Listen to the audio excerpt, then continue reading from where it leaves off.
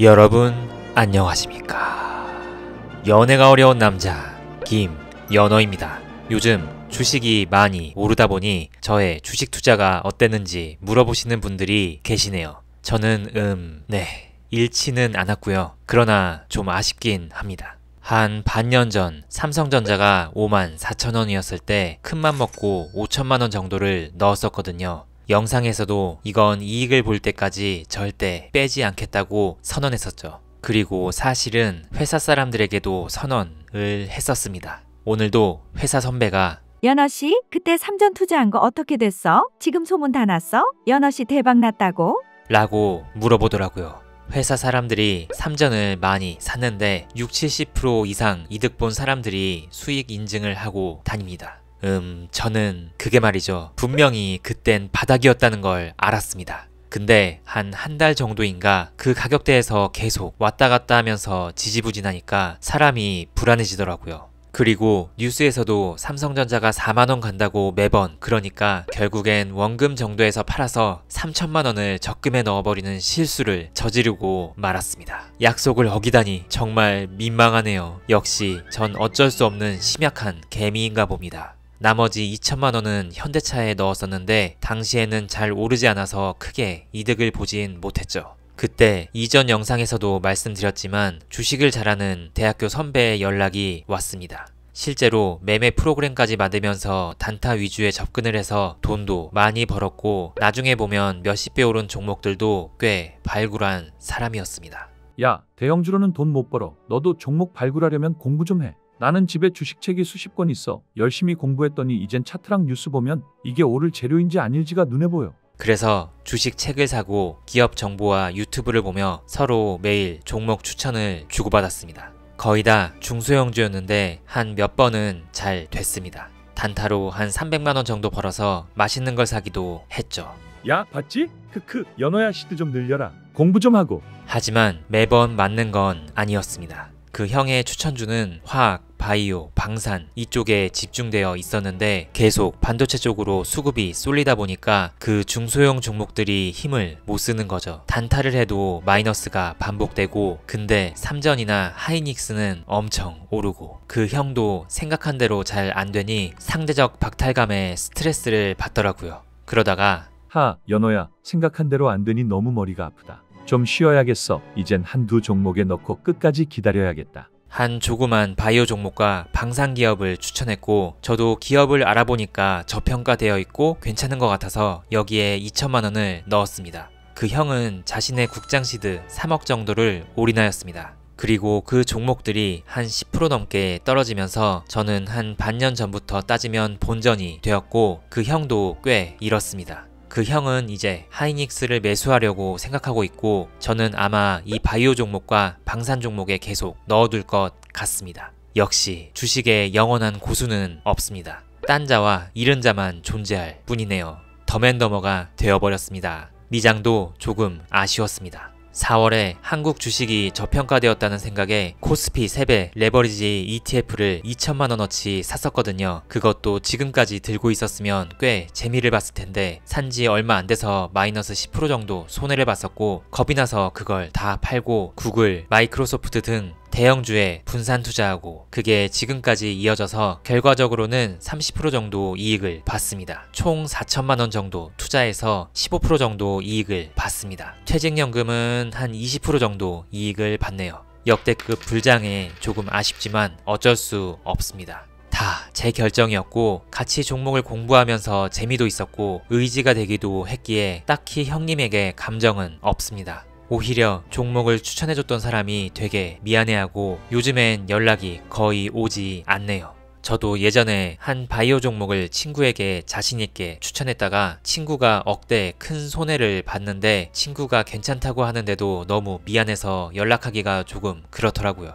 여러가지로 종목 추천하는 건 안 하는 게 맞는 것 같습니다. 많이 아쉽긴 합니다. 분명히 처음 생각한 방향성이 맞기는 했단 말이죠. 삼성전자를 54,000원에 사고 코스피가 바닥일 때 코스피 3배 레버리지를 사고 만약 타이밍과 운이 기가 막히게 맞아서 제가 사자마자 원웨이로 쭉 하고 올라갔다면 제가 팔지 않고 버텼을 텐데 그랬다면 저도 조금 더 자신감을 회복하고 재미있게 살고 있지 않았을까. 하지만 행운의 여신은 이번에도 한 끗 차로 저를 비껴갔네요. 뭐 이런 예측이 쉽다면 누구나 다 엔비디아를 사고 부자가 되었겠죠. 인생의 한순간 선택이 미래 수십 년을 바꾸고 이제는 실수를 하기엔 제가 나이가 들어가고 있으니 점점 더 보수적인 선택을 하게 될 것 같습니다. 근데 이런 급등하는 시장의 흐름 속에 슬슬 익절 인증을 하는 사람이 주변에 생기고 있습니다. 예전 영상에서 저를 투자의 지표로 판단하는 선배, 제가 죽는 소리를 하면 매수하는 선배를 얘기한 적이 있는데요. 갑자기 오늘 메신저로 연어야, 내가 짜장면이랑 탕수육 살게. 평소에 진짜 짠돌이라서 밥을 안 사기로 유명한 선배인데 저에게 밥을 쏘겠다고 하더라고요. 고급 중식당에서 맛있게 먹고 있는데 계좌를 보여주더라고요. 너가 그때 코스피 3배 레버리지 팔았을 때 말이야. 저는 기억나지도 않는데 4월 관세 폭탄 때 제가 지나가는 말로 코스피 3배 레버리지를 팔았다고 그 선배에게 얘기를 했나 보더라고요. 나도 그때는 자신이 없었는데 연어가 팔았다고 얘기하니까 이게 찐바닥인가 싶어서 큰맘 먹고 쏙스레 사억 넣었거든. 딱 100% 수익 보고 뺐어. 다 연어 덕분이다. 고맙다. 아, 잘 됐네요. 아니 근데 이럴 때 좀 알려주시면 안 돼요? 크크 미안하다. 나도 도박해 본 거야. 밥 종종 살게. 자기가 느낀 타이밍을 저에게 얘기하면 제가 아니게 된다. 즉 제가 예언자로서의 역할을 하지 못하게 된다 라는 이야기를 하는데 조금 짜증나긴 했습니다. 연어야, 요즘 일하는 게 너무 싫다. 주식 잘해서 일찍 은퇴하고 싶다. 이제는 은퇴를 이야기하네요. 그래도 저 덕분에 주변 사람들이 부자가 된다니 다행입니다. 제가 한 15년 정도나 주식을 해왔는데 제가 3번이나 겪었던 똑같은 패턴이 있습니다. 많이 알려진 대형주에서 소소하게 이득을 보고 있다 보면 주변 친구나 인터넷 등등 더 잘 벌고 있는 사람들이 중소형주를 추천해 줍니다. 아직 알려지지 않았고 시총이 작아서 왠지 더 오를 것 같은 기분이 들죠. 종목 공부 끝에 대박의 꿈을 꾸며 중소형주에 몰빵합니다. 하지만 그때 시장이 안 좋아지거나 종목이 소외되거나 등등의 이유로 조금씩 손해를 보기 시작합니다. 근데 처음에 팔았던 대형주 종목은 더 크게 올라있죠. 울분을 삼키며 내 종목은 잘 될 거야 하며 물타기를 시전하고 종목 게시판에 들어가서 주주들끼리 우정을 다지고 조금이라도 다시 올라가면 희망을 품기도 하죠. 하지만 중소형주는 하이리스크 하이리턴이기에 제가 택해서 장투한 종목은 여지없이 흘러내리게 되고 막대한 손해를 봅니다. 옆을 보면 저와 함께 공부를 했던 주식 대가들도 같이 망해 있습니다. 그리고 그 사람과는 서먹서먹해지게 됩니다. 그리고 홀쭉해진 해당 종목은 버리고 다시 아껴가며 시드를 모으면서 다음 시즌을 준비합니다. 저만 그런 줄 알았는데 어떤 쇼츠에 똑같은 내용이 있는 걸 보면 많은 사람들이 이런 실수를 저지르나 봅니다. 경험 쌓았다고 치겠습니다. 다른 종목들이 많이 오른 이때 다른 사람들이 부러워 추격 매수를 하면 꼭 손해를 보더라고요. 언제나 월급의 절반은 저축을 하고 있고요. 여윳돈으로 안정적으로 가면서 조정 혹은 다음 시즌이 올 때를 기다려야겠습니다. 여러분들은 요즘 행복하실지 모르겠습니다. 많이 버셨다면 축하드리고요. 댓글로 남겨주시면 감사드리겠습니다. 요즘 댓글로 저의 정치 성향을 궁금해하는 사람들이 조금 있더라고요. 우선 저랑 이번에 주식을 같이 공부했던 형은 요즘에도 윤석열 전 대통령 탄핵 반대 집회를 나가고 있습니다. 그래도 제 앞에서는 정치 얘기는 거의 안 합니다. 제가 정치에 관심이 없기도 하고 얘기하는 것도 별로 안 좋아합니다. 민초의 삶, 어느 쪽이 되어서 정책이 어떻게 되든 저는 거기에 갈대처럼 순응하며 살 방법을 찾을 뿐이라고 가끔씩 사람들이 물어보면 저는 이렇게 대답합니다. 소개팅이나 연애를 할 때도 상대방의 정치 성향은 별로 중요하지 않았고 대화 주제로 정치가 나오면 적절히 맞춰주기만 한 것 같습니다. 어쨌든 저는 별로 관심이 없다 라고 대답하고 싶습니다. 그리고 다른 이야기인데 요즘 개인적으로는 영상을 만드는 흥미가 예전 같지 않다는 것을 느낄 때가 있습니다. 구독자 수가 많은 유튜버들은 정말 대단하구나. 왜 어떤 사람이랑 밥을 거의 매일 같이 먹으면 처음에는 말할 게 되게 많은데 점점 갈수록 침묵이 생기고 밥만 먹게 되는 때가 있잖아요. 마찬가지로 매번 흥미로운 새로운 주제를 꺼내오는 것, 그게 진짜 어렵습니다. 개인적으로는 대본을 천천히 짜면서 조금 쉬고 올까? 하는 생각도 하는데 만약 그렇게 된다면 반드시 공지에 알리도록 하겠습니다. 제가 유튜브를 하기 전에 스피 익명 게시판에 만남 후기들을 올린 적이 있었거든요. 그때는 글 쓰고 재미있다는 리플이 하나라도 달리면 그게 그렇게 좋았는데 그게 초심이었던 것 같습니다. 그때를 생각하다 보니 몇 년 전에 작성한 글에서 푸교를 했었던 한 여자가 떠오르네요. 오늘도 가볍게 이야기를 꺼내보도록 하겠습니다. 2019년 말이었나? 스카이피플에 게시판이 생겼습니다. 베타 테스터 같은 느낌으로 처음부터 초대받았었는데 당시에는 게시판을 이용할 수 있는 인원이 조금 한정되어 있었고 그래서 그런지 회원들 간의 매너도 좋은 편이었습니다. 저는 그때도 스피 소개팅을 많이 한 편이었습니다. 재미로 게시판에 소개팅 썰을 풀어보면 어떨까? 재미있으려나? 스피 후기 잊을 수 없는 첫 매칭 그녀 글을 하나씩 올리기 시작했습니다. 반응이 뜨거웠습니다. 크크 여자 진짜 골 때리네. 연어씨한테 면접 본다고 했다고요? 연어님, 말 진짜 재미있게 하네요. 크크, 왜 여자친구가 없어요? 아, 연어씨 너무 찌질하다. 난 싫으네. 호불호는 있었지만 대부분이 저를 좋게 봐줬던 것 같습니다. 그 중에서 연어님, 오늘도 재미있게 봤습니다. 항상 댓글을 달아주던 사람이 있었습니다. 홍대 귀요미 이런 아이디로 댓글을 달아주던 사람. 재미있게 봐주셔서 감사합니다. 몇 개 글을 작성하다 보니 이런 식으로 고정적으로 댓글을 달아주는 사람들도 생겼습니다. 스피 후기, 소개팅에서 오목 두신 적 있나요? 또 많은 댓글이 달렸습니다. 홍대 귀요미 님도 마찬가지였죠. 근데 저 연어씨 너무 궁금해요. 푸교 한번 해봐도 될까요? 당돌한 푸교 요청이 들어왔습니다. 원래는 지금 김연어를 하는 것처럼 글을 쓰는 것에 방해가 될까봐 그런 리플에는 반응을 하지 않았습니다. 하지만 그날따라 외롭기도 했고 그래서 네 그러시죠 제가 걸게요 라고 해버렸습니다. 오 얼굴도 굉장히 귀엽고 몸매도 좋았습니다.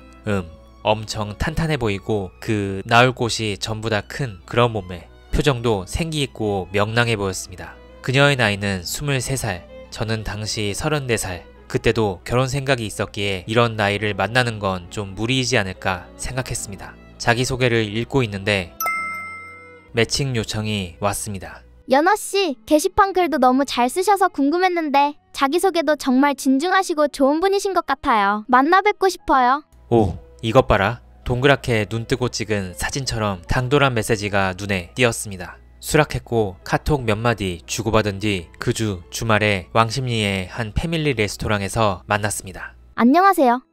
순간 표정 관리가 되지 않았습니다. 사진과 얼굴이 많이 달랐습니다. 광대가 많이 튀어나와서 약간 여자 병광쇠 같은 뮬란 같은 얼굴이었습니다. 시무룩해졌습니다. 하지만 몸매는 거짓말을 하지 않았습니다. 자신감 있게 달라붙은 옷을 입은 게 눈에 띄었습니다. 그녀는 홍대 경영대를 다니는 3학년 학생이었습니다. 총학 임원을 하던 그리고 굉장히 활달한 성격이었죠. 만나기 전에 이 사람이랑 대화가 잘 통하기는 할지 고민을 많이 했습니다. 침묵이 이어지면 조금 부담스러울 것 같았습니다. 그녀는 대학생이고 나는 회사원이니 어떤 대화 주제로 접근해야 할지 인터넷으로 검색하기도 했습니다. 다행히 연어 오빠, 진짜 그 많은 소개팅을 다 한 거예요. 크크, 누가 제일 예뻤어요? 제 소개팅 썰에도 관심이 많았고 회사 얘기보다는 예전 대학교 생활과 인터넷에서 찾은 정보들을 바탕으로 대학교 동아리나 교수, 취업, 진로 이런 얘기들 가벼운 주제들 위주로 그 사람의 눈높이에 맞는 대화를 하려고 노력했습니다.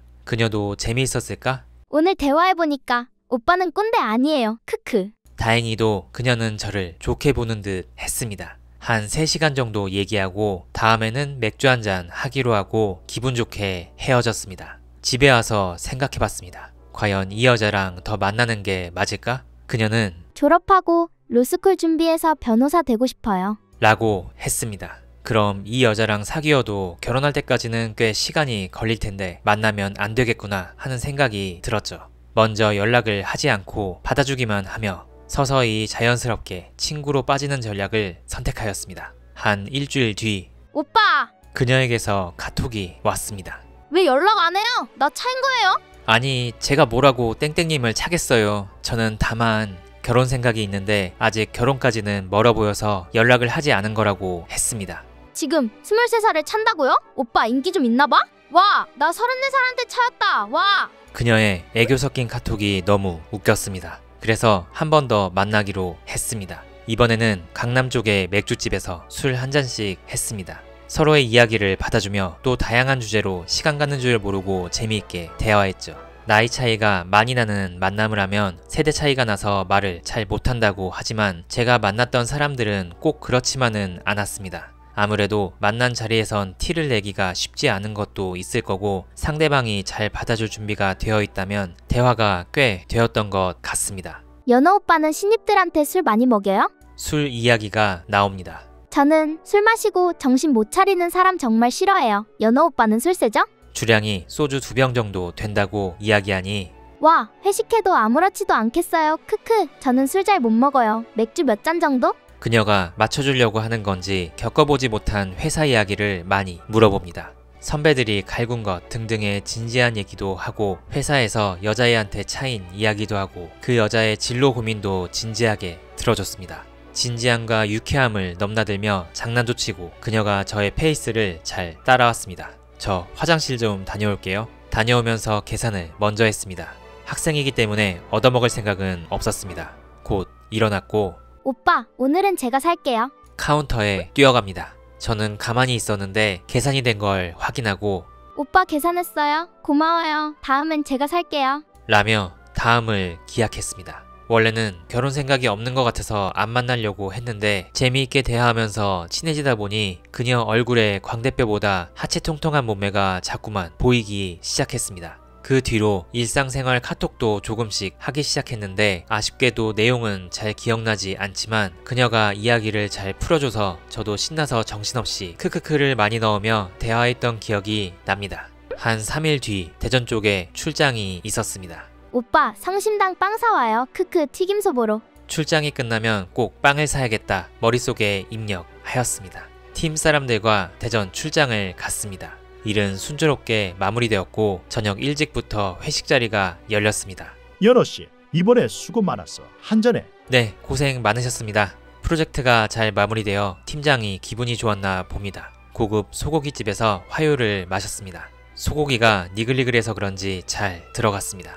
2차로 칵테일바에 갔습니다. 팀원들과 함께 위스키를 샷으로 엄청 마셨습니다. 주량이 소주 2병 정도인데 그날은 긴장도 풀리고 해서 그런지 주량을 훨씬 초과했습니다. 집에 와서 알았는데 칵테일바에 실수로 서류 가방을 놓고 가서 다음날에 대전에 다시 찾으러 갔던 기억이 나네요. 여튼 회식이 끝났고 팀장님은 추가로 약속이 있어서 먼저 갔고 팀원들은 버스를 타고 서울로 올라갔는데 저는 기차 타고 갈게요. 성심당에 들리기 위해 바득바득 우겨서 혼자 대전역으로 갔습니다. 오빠, 술 많이 먹었어요? 괜찮아요? 그녀의 연락이 왔습니다.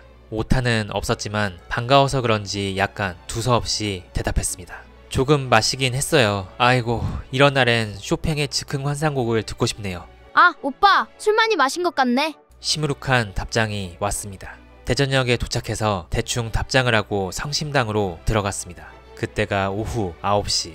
이것도 고르고 저것도 골라보고 콧노래를 부르며 그녀에게 줄 빵들을 샀습니다. 근데 취해서 그랬는지 너무 많이 사서 한 3만원어치나 골랐습니다. 빵을 계산하고 종이 가방에 가득 들고 승강장으로 향했습니다. 근데 열차 시간이 임박한 것도 모르고 신나게 사다가 열차를 놓쳐 버렸네요. 그때가 9시 10분. 그때 이후로는 열차가 계속 매진, 한 30분이나 예약을 못해 고생하다가 9시 50분 정도에야 겨우 탔습니다. 그녀에게 차를 놓쳤다고 카톡했습니다.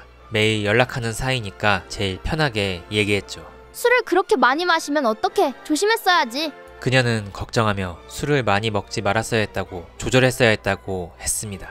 열차를 탄 저는 골아 떨어졌습니다. 술이 깨지 않았습니다. 내려서도 시내버스를 아깝게 놓쳐서 오래 기다리고 일이 끝나서 그런지 긴장이 풀려서 실수를 연발했던 것 같습니다. 저 아까 서울역 도착했어요. 버스를 놓쳐서 역에서 오래 기다려야 될 것 같네요. 아니, 택시를 타지. 왜 버스 기다리고 있어요? 취했는데. 택시가 안 잡혀요. 버스 기다리고 있는데 정신이 없네요. 계속 걱정해주고 답장을 하던 그녀가 연락이 끊겼습니다. 다음날 잘 잤냐는 카톡에 그녀는 대답이 없었습니다. 어제 카톡한 걸 보니까 그녀가 그 전과 다르게 조금 싸늘한 것을 확인했죠. 불길한 기운을 느꼈습니다. 나이 차이도 많이 나는 사람에게 술주정을 좀 한 것 같아서 2만원 스타벅스 기프티콘을 보내며 카톡으로 술주정해서 미안하다고 했습니다. 그녀는 하루 종일 답장이 없다가 내가 술 마시고 정신 못 차리는 남자 싫어한다고 분명히 그랬는데 연어 오빠 너무 실망이네요. 예전 남친도 맨날 주정 부려서 질렸었는데 어제 예전 남친에게 시달렸던 기억이 다시 떠올라서 불쾌했어요. 이런 거는 아무리 얘기해줘도 고쳐지지 않는 거예요. 저랑은 안 맞는 것 같아서 연락 더 이상 하고 싶지 않아요. 좋은 여자 만나세요. 그렇게 연락이 끊겼습니다. 미안하다고 했지만 그녀는 더 이상 답을 하지 않았습니다. 대화도 잘 통하고 가까워지고 있다고 생각했었는데 아쉬웠습니다. 한 2달 뒤 게시판에 그녀의 이야기를 올렸습니다. 물론 그녀의 인적사항을 없애고 있었던 일도 약간은 바꿔서 올렸습니다. 연어님이 실수하셨네요. 나이 차이 많이 나는 학생한테 진짜 부끄러운 모습 보이셨네요. 이게 우리가 만나야 할 스피 남자들 현실이죠. 연어 형 모쏠이었구나. 크크 힘내 형. 의사이길 바랄게. 크크크 아유 한심해. 여자가 너무 예민한 것 같은데. 여러 가지 말이 있었지만 대부분은 저를 탓하는 댓글이었습니다. 내심 그녀가 제 글을 봐주길 바라는 마음도 있었습니다. 미안한 마음도 있었고 제 글을 보고 기분 좋아했던 그녀기에 다시 연락을 하진 않더라도 그 글을 보고 그녀가 재미있어하고 기분을 풀어주길 바라는 마음이 있었던 것 같습니다. 예상하긴 했지만 그녀는 다시 게시판에 나타나지 않았습니다. 그 이후에도 게시판에서 푸교도 꽤 하고 만남도 있었는데 신기하게도 만남 후 연락이 끊기면 그 사람하고는 다시 게시판에서 마주치는 일이 한 번도 없었습니다. 분명히 이 온라인 공간에 같이 있으면서 서로의 글을 보고 있을 텐데 한번 만났던 사람과는 일부러 피해가는 건지 잘 모르겠습니다.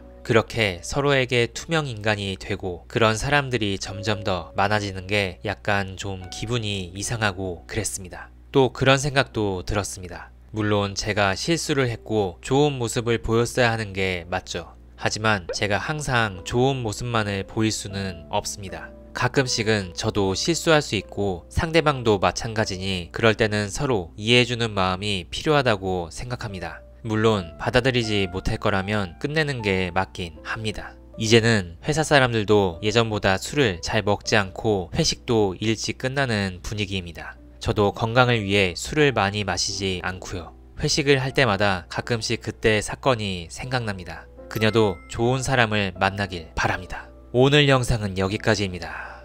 모두 행복하시길 바랍니다.